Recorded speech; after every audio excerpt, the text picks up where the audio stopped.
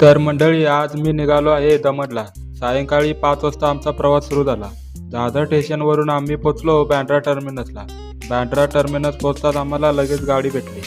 खूप दिवसापासून या ट्रिपची प्लॅनिंग करत होतो आणि शेवटी आज तो दिवस आलाच. वापी स्टेशनला पोचल्यावर आम्ही दमणला जाण्यासाठी रिक्षा केली.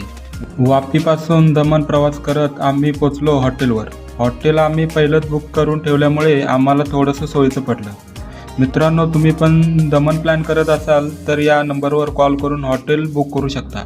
हॉटेल बीचपासून 15 मिनिटाच्या अंतरावर आहे. हॉटेलमध्ये पोचल्यावर आम्ही बॅगा ठेवल्या आणि निघालो दमण नाईट आउटला.